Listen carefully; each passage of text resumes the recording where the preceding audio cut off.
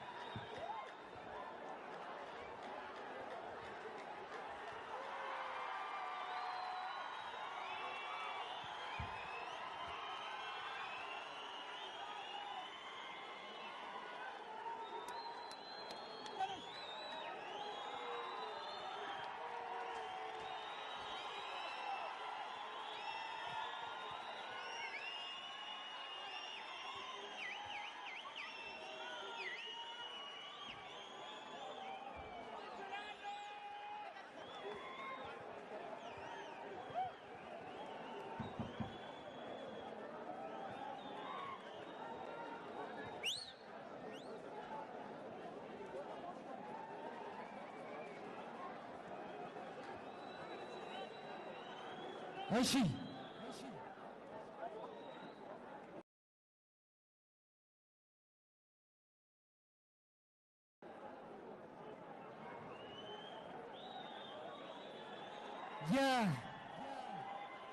የዕለቱን ትልቁን ፍልሚያ የመስፍን ብሩና የኤርሚያስ መስፍንን ጨዋታ ሽልማት የሚሰጡልን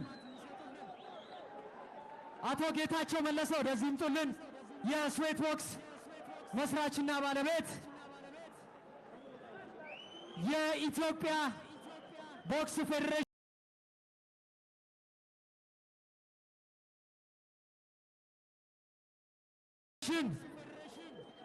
እንዲሁም የአፍሪካ ቦክሲንግ ኮንፌዴሬሽን ፕሬዝዳንት አቶ ኢያሱ ወሰን አቶ ኢያሱ ወሰን። አቶ ኢያሱ ወሰን እንግዲህ የሀገራችን እንቁ ብቻ አይደሉም፣ የአፍሪካ እንቁ ናቸው። የአፍሪካ እንዲሁም የዚህ ውድድር ታይትል ስፖንሰር አቶ አቤል ታደሰ የኢትዮጵያ መድን ድርጅት ዋና ስራ አስፈጻሚ።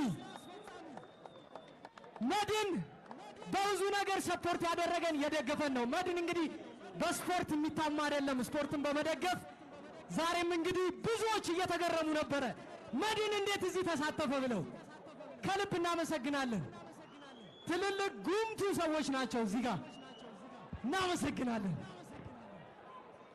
እሺ ተወዳዳሪዎች ወደ ዳኛ ጋኑልን። ዳኞች ወደ ዳኛ ጋኑልን። ተወዳዳሪዎች ዳኛ መሃል ይሁኑልን። ተወዳዳሪዎች ወደ ዳኛ፣ ቀይ ማዕዘን፣ ሰማያዊ ማዕዘን ወደ ዳኛ ጋር። በኤርሚያስ መስፍንና በመስፍን ምሩ የተደረገውን ውድድር ውጤት እንገልጻለን። ወደ ዳኛ አቅርቡልን። በ69 ኪሎ ግራም በከባድ ፉክክር የታየበትን ውድድር ተመልክተናል። ለሁለቱም ተወዳዳሪዎች ሞቅ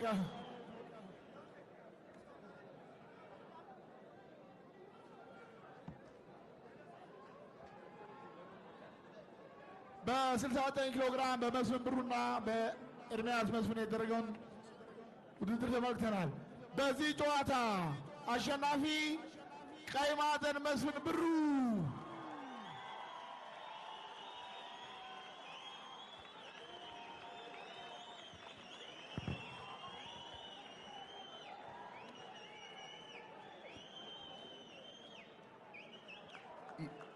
የዚሁ አሸናፊ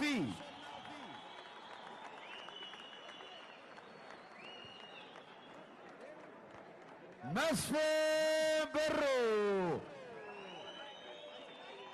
የኢትዮጵያ የቦክስ ፌዴሬሽን እንዲሁም የአፍሪካ ቦክስ ፌዴሬሽን ፕሬዝዳንት አቶ ኢያሱ ወሰን ለአሸናፊው 200,000 ብር አሸንፏል። እንዲሁም ሁለተኛ ለወጣው የ100,000 ብር ሽልማት ሸልሟል። በአርባ ምንጭ ፓራዳይዝ ሎጅ ስም ነው። እንዲሁም ለጌታቸው ስዌት ባክስ 400,000 ብር ሞቅ ያለ ጭብጨባ ከፓራዳይዝ ሎጅ አቶ ኢያሱ ወሰን የኢትዮጵያ የአፍሪካ ቦክስ ፌዴሬሽን ፕሬዝዳንት። እስቲ ሞቅ ያለ ጭብጨባ። እሺ የሀገራችንና የአፍሪካ ኩራት አቶ ኢያሱ ወሰን ለተወዳዳሪ ለመስፍን ብሩ ለኮልፌው ልጅ ኮልፌዎች የት አላችሁ?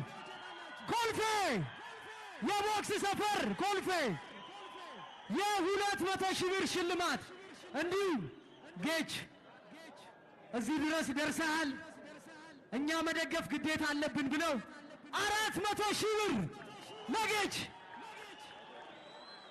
እሺ ጎስት የምጠይቀው ጥያቄ ካለ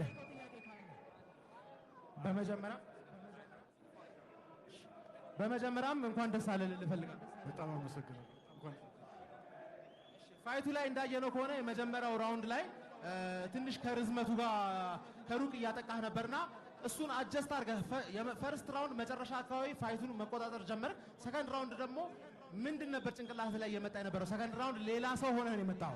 አዎ አንደኛ ዙሩን አውቄ ነው ቀስ ያልኩት፣ አረጋግቼዋለሁ። እኔ በፊት ነው ኤርሚን ማቀው፣ ብዙ ጊዜ ሲጫወት ከመጀመሪያ ጀምሮ ቪዲዮቹን እያየሁ ነው የመጣሁት። የመጀመሪያውን ቀለል አድርጌ እንደምጥለውም ፓወሩም ነበረኝ፣ አውቄ ነው ቀለል ያደረኩት። ታርጌቴ ላይ እንዲመጣልኝ ፈልጌ ነው። በጣም ስትራቴጂክ የሆነ ጌም ፕላን ይዘህ እንደገባ ያስታውቃል።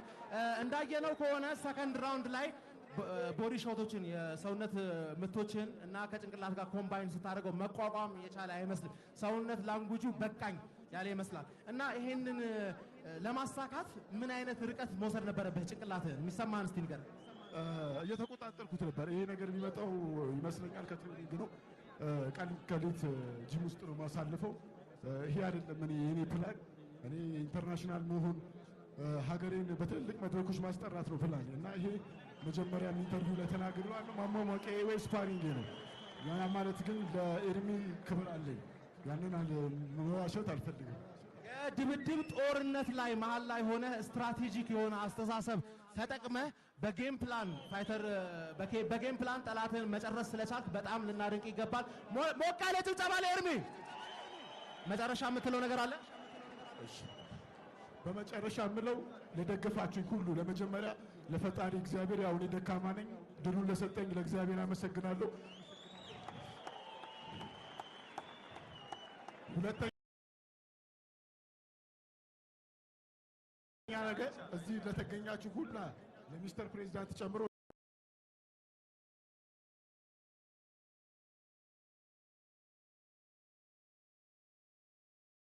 ለሁሉም ምስጋና ይቀርባለሁ። በተጨማሪ